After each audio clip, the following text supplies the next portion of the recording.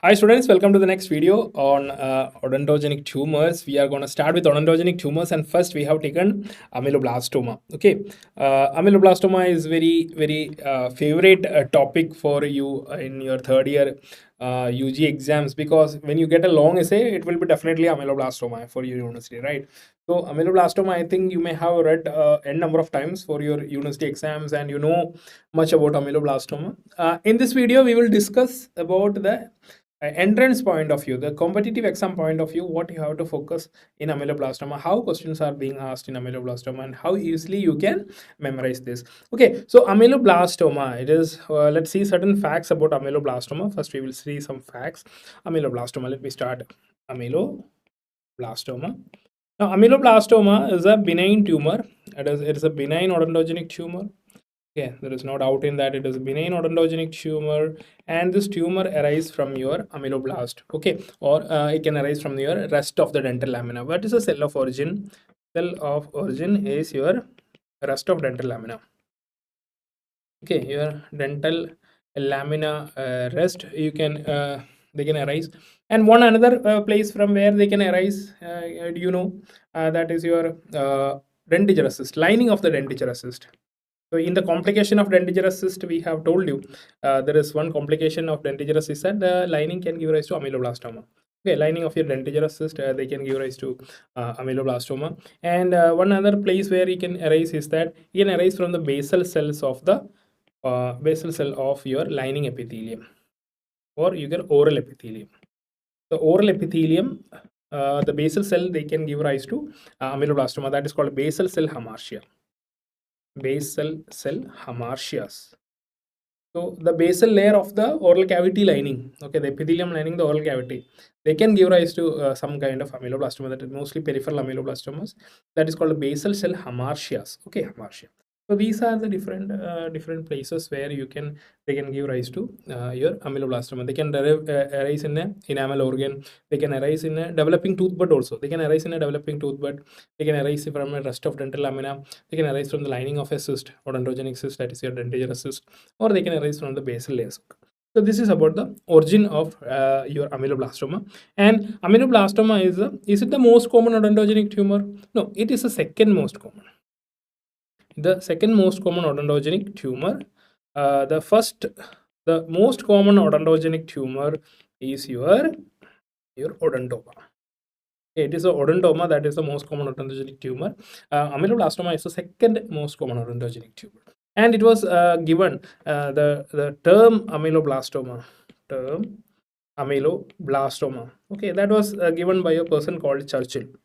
Churchill. Why I am saying this, because this is being asked as a statement-based question, which among the following statement is true regarding ameloblastoma. Okay, and the definition was given by Robinson. Okay, Robinson gave the definition of uniac, UNAC, that is unicentric, okay, non-functional, intermittent in growth, anatomically benign, and clinically persistent. That is uniac, unicentric in growth. The single cell, that is the ameloblast-like cells, is the causative. N, non-functional. Non-functional means what is the function of ameloblast? The function of ameloblast is to make enamel, but this is not going to make any hard tissues. Okay, there is no formation of enamel in ameloblastoma. So it is non-functional. Intermittent in growth means it has a growth intermittently, it grows, then stops, and then grows. Anatomically benign, it is a benign tumor, but clinically it is persistent. Clinically it can take a large size. Okay, so this is by Robinson. Okay, now let's see, we have seen that its origin from the cell of origin. Now let's see certain clinical features of ameloblastoma. Okay, so clinically, this ameloblastoma, okay, that will appear as a swelling. Okay, anyway, it is appearing as a swelling, and it is usually painless. Okay, painless swelling, and it usually occurs in the posterior mandible. The most common site for this ameloblastoma is your mandibular ramus. Okay, mandibular ramus is the most common site where you can see ameloblastoma, and then comes your maxillary third molar region. Okay, maxillary third molar region is the second most common site. So mandibular ramus region is the most common site for occurrence of your ameloblastoma, and usually it can come in both males and females are usually equally affected. Okay, there is no gender discrepancy here, and it only comes in the age above 30 years, above a mean age of 30 years. Okay, 30 years of age.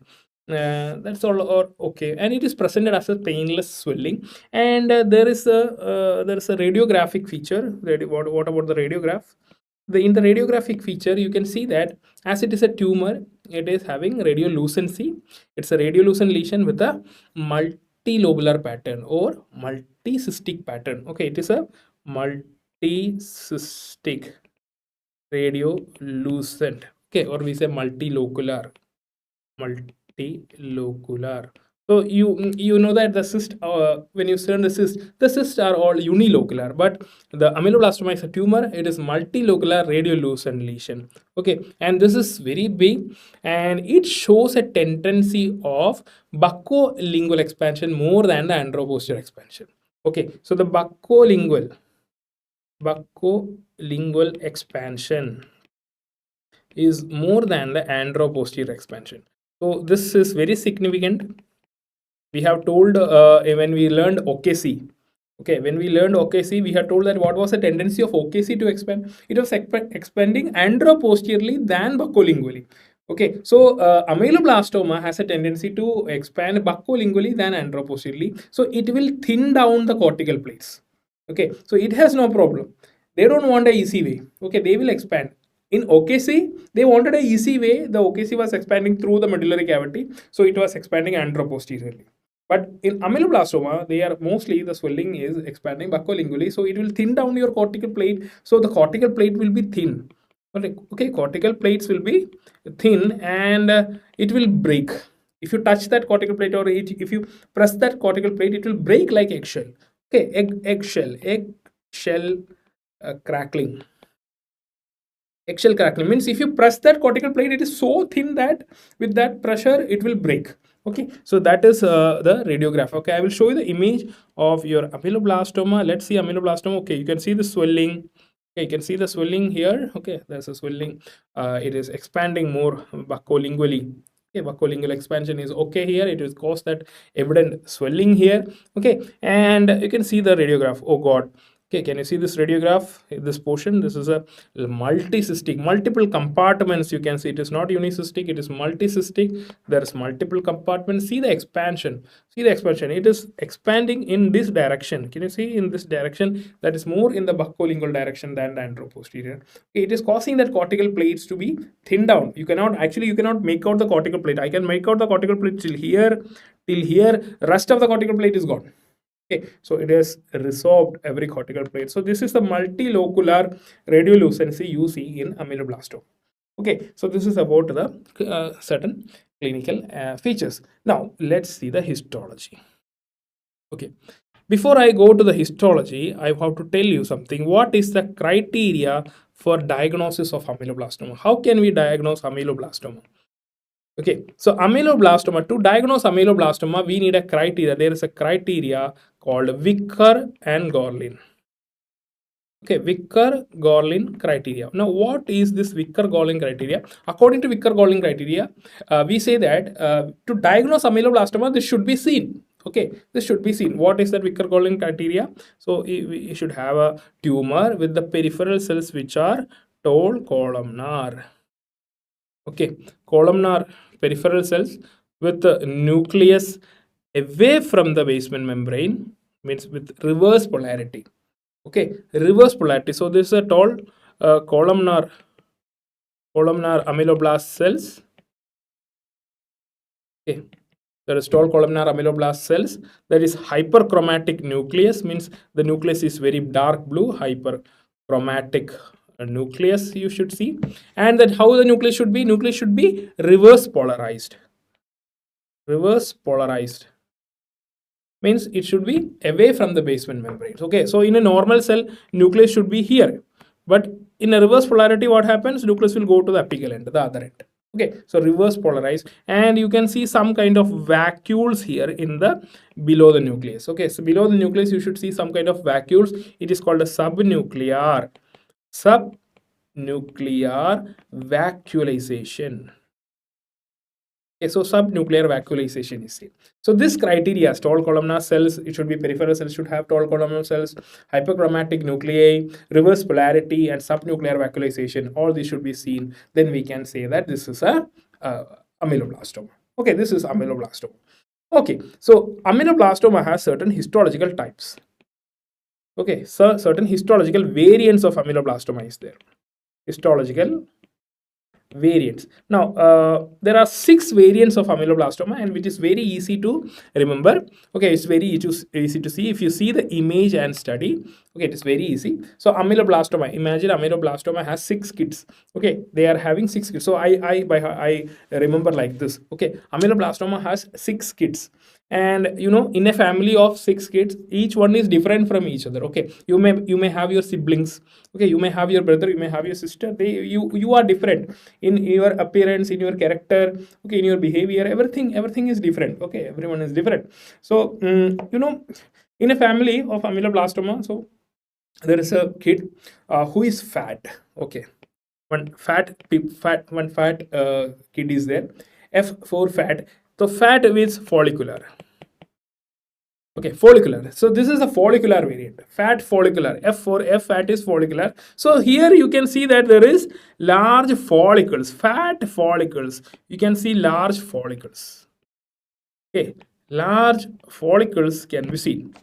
Okay, so large follicles are seen. You can see large follicles of ameloblast, and you can see the peripheral cells. They show the peripheral cells will show the Vicker-Golling criteria, and you know that even if they are fat, you know, even when the child is very fat, he is very empty from inside. He is very good from inside. He is empty from inside.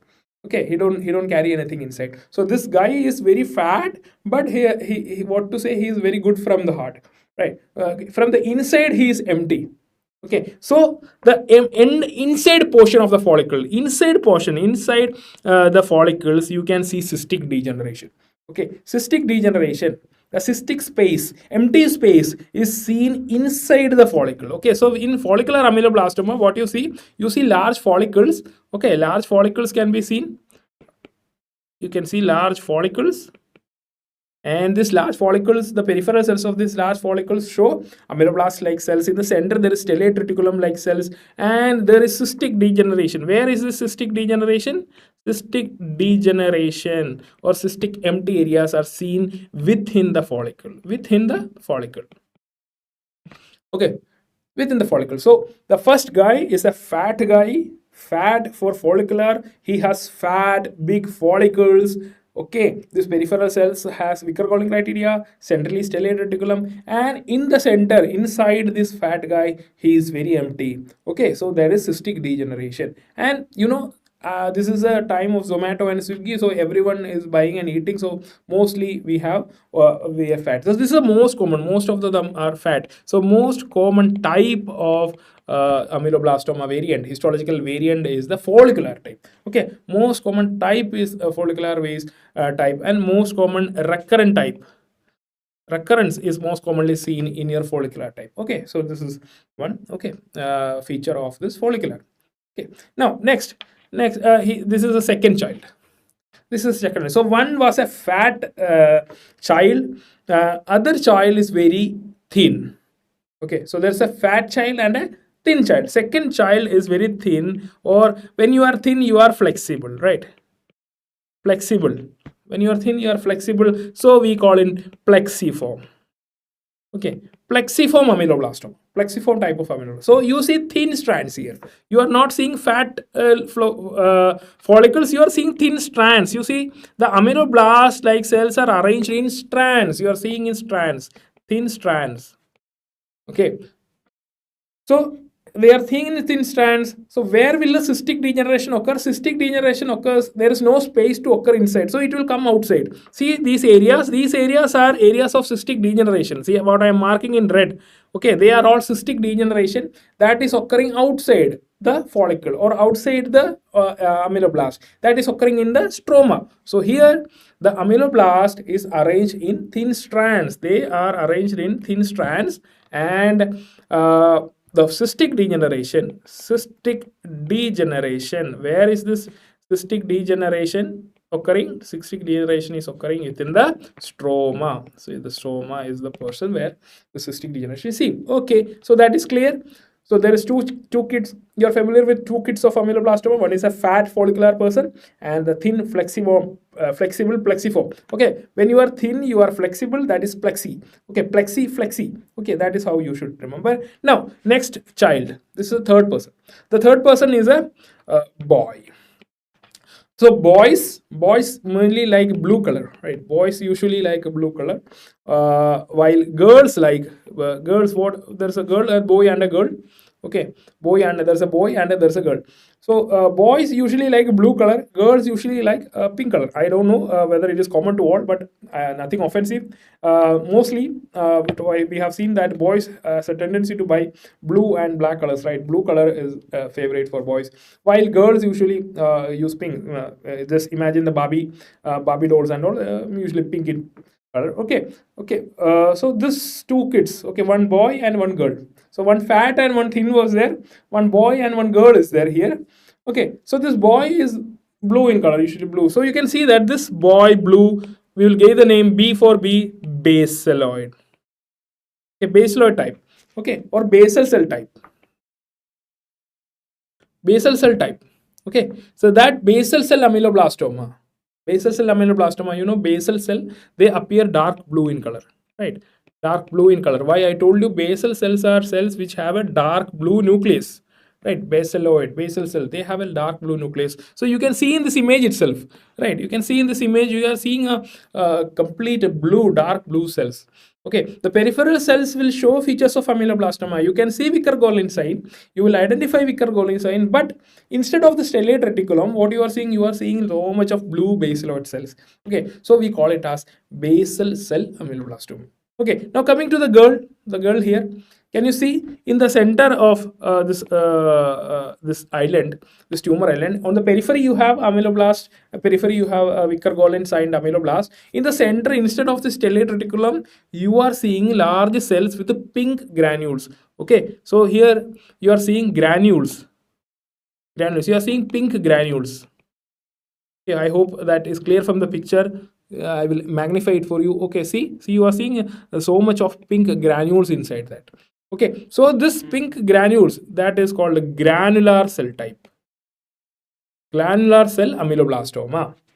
Okay, granular cell ameloblastoma, that give girlish or pinkish appearance. Okay, and what is that granularity in granular cell ameloblastoma? That is a question. Okay, what causes that granularity in granular cell ameloblastoma? Okay, that is lysosomes. Lysosomes are causing this granularity in granular cell ameloblastoma.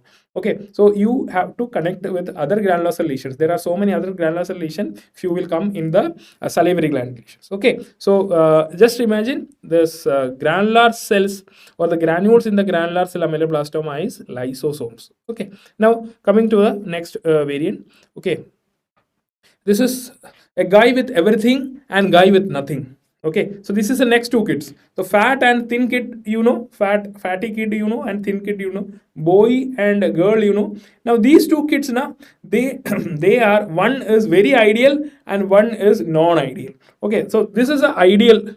One is very ideal. Okay, he has all the features, all the features. Okay, he has all, and one has nothing.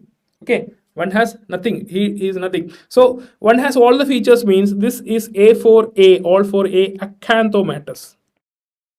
Now acanthomatous means the stellate reticulum cells in the center. Okay, you have the tumor island. In the periphery you have the Vicker-Golin cells. You have the ameloblast here. You have the ameloblast in the periphery, and in the center you have squamous cells. Okay, squamous cells. So why I am telling all here, I will tell you why I related it to all. I can see stellate reticulum cells, I can see squamous cells. Okay, now what appearance is that in the center you can see keratin also. In the center you can see keratin. This squamous cell will make keratin. Now the peripheral cell will be seen. This ameloblast will take a blue color. Okay, ameloblast will take blue color. These squamous cells will take pink color, and the keratin will take red color. Okay, so you can see that there is a blue color in the periphery.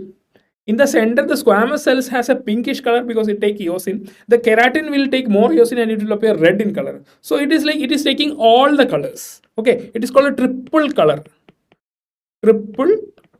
pattern.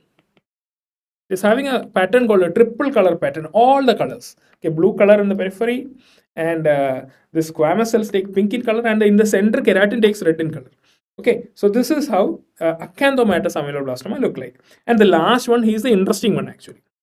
So last one is very what to say? He's the most bad guy in the family.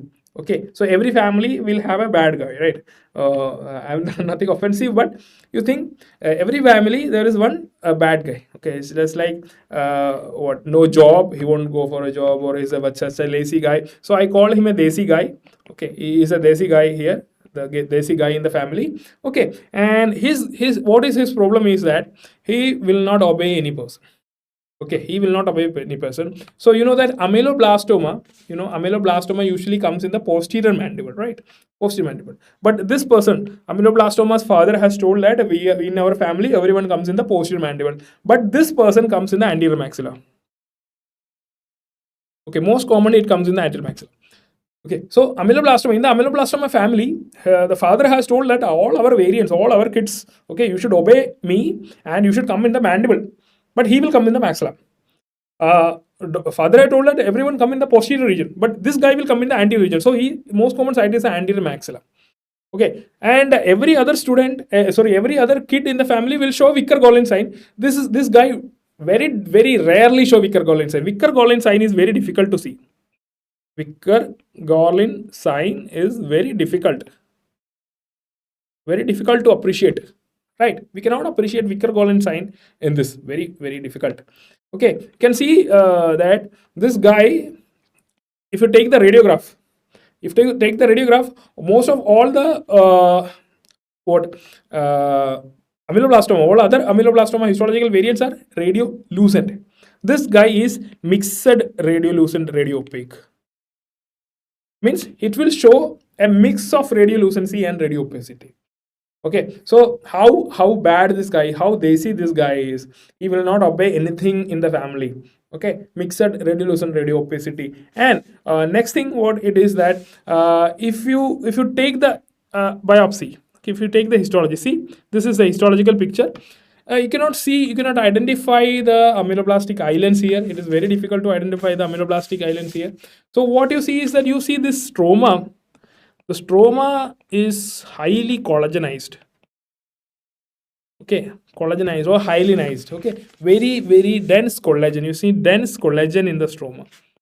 That dense collagen is causing the desmoplasia. Okay, dense collagen. That dense collagen is causing the desmoplasia. That is the phenomenon. When the collagen deposition is more, we call it desmoplastic. Okay, desmoplasia. That is why it is having that thick collagen. Because of that thick collagen, it is having a mild radiolucent radiopaque appearance. Okay, means it is little hazy. Okay, and you can see that tumor islands are, these are all tumor islands. Okay, these are all tumor islands. It is compressed, very much compressed tumor islands. It is looking like a tail of the kite. Oh, so this guy will not do any job. He is entertaining in kite flying. Okay, so this guy, imagine that this guy will not do any job and he is what doing? He is doing what? He is enjoying with kite. So kite tail appearance or animal-like appearance.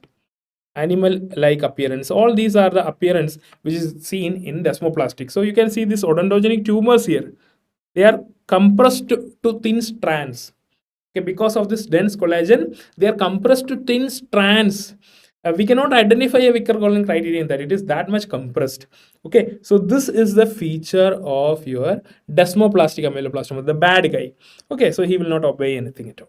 So I think you know all the kids in the ameloblastoma family right now. So we have a fat follicular person, thin plexiform person, boy and a girl. Boy is blue and girl is pink. And we have a guy with all the features and none of the features. That is all the features. A for acanthomatous, where you see the blue, pink and the red all the colors you see, okay, that is a triple color pattern. And the desmoplastic guy, the desi guy, will not obey anything, so that animal like or kite like appearance. And for this desmoplastic ameloblastoma, there is a funny thing in this, is that the father thinks that, okay, he is not my guy.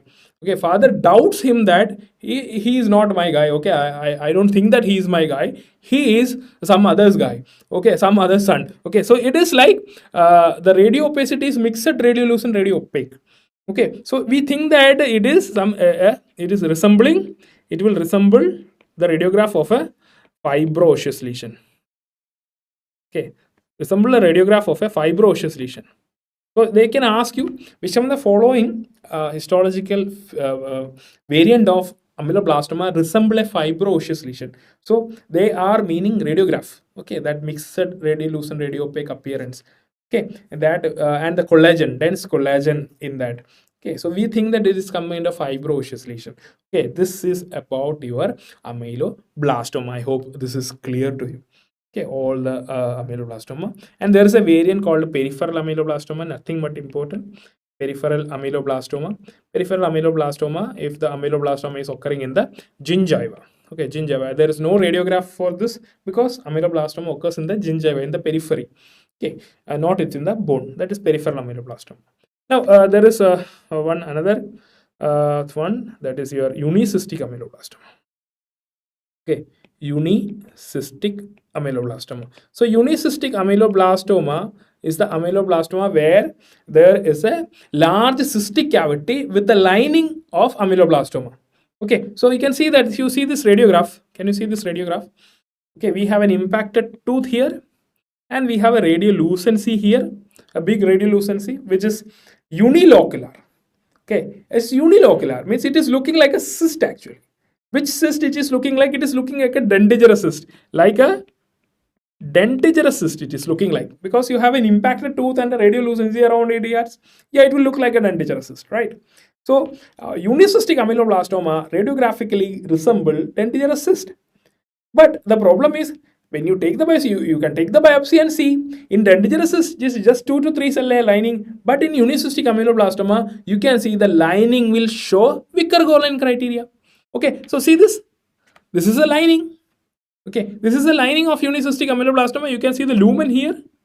You can see the lining here. And you can see the connective tissue here or the capsule here.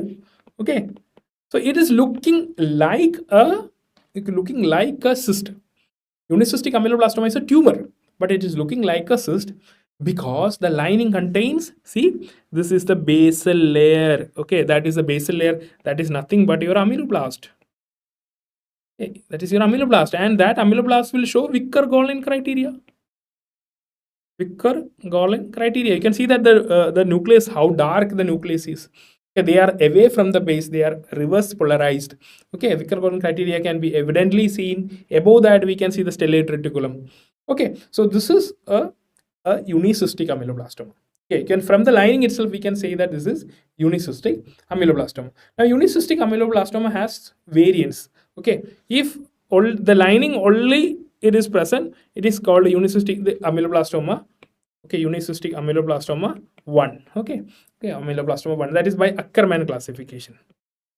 Ackermann has given this classification. If only luminal is there, okay, only luminal is there, only the lumen is there, then it is the lining is there, that is luminal.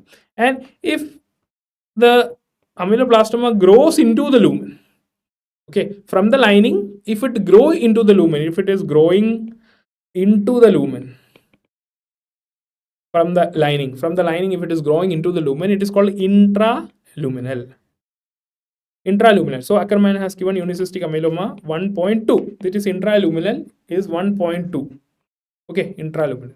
And if it is growing towards the capsule also, okay, if the ameloblastoma from the lining, it is coming here. So here is the lining. You can see the lining here. This portion is the lining. What I am drawing in green. Okay, that is that lining epithelium. And some ameloblastic islands are seen in the connective tissue capsule on the walls. Okay, on the walls. So if you may have heard about the term mural painting. Those paintings which are done on the walls. So we have ameloblastoma islands in the walls. Okay, so we call it mural ameloblastoma. Mural unicystic ameloblastoma. So we have luminal. If only the lining is there, we luminal. If the lining grows into the lumen, it is called intraluminal. And if the ameloblastoma grows into the walls, we call it mural ameloblastoma. That is unicystic ameloblastoma 1.2.3. Okay, this is Ackermann's classification 1.2.3. Okay, I hope this is clear. This is about your ameloblastoma. Okay, now the latest entity, 2022 entity, there is adenoid ameloblastoma. Nothing man in it, okay, in adenoid. Adenoid ameloblastoma is a new entity that is introduced in 2022. Here you can see duct-like or cyst-like structures within along with the ameloblastoma. Okay, it will be a conventional ameloblastoma, follicular type ameloblastoma. Along with that, you will be seeing duct-like spaces. Okay, duct-like adenoid. Okay, duct-like punched out spaces will be seen. Okay, nothing much in that. Okay. So this is about your ameloblastoma. I hope this is clear. Okay. About the clinical features, about the swelling, how the swelling is present, how the radiograph is present, okay, how it is expanding, and about the origin, from where it can originate, and about the radiograph, about the histological variants. Okay, all the 6 members in the family. I hope it is clear to you. And about unicystic ameloblastoma. So that is a content about your ameloblastoma. Okay, I hope this is clear to you. Okay, please see the images. Actually, you should be very thorough with these images, because IBQs, image based questions, they will ask you from the picture of the possible histological variant. Okay, they will give you the picture and they will ask for the histological variant. So you have to find whether you are seeing a follicle, you are seeing a plexus, or are you seeing a granular cell. Okay, so you have to be thorough with the pictures. Okay, I hope this is done, and see you in the next video with a new topic.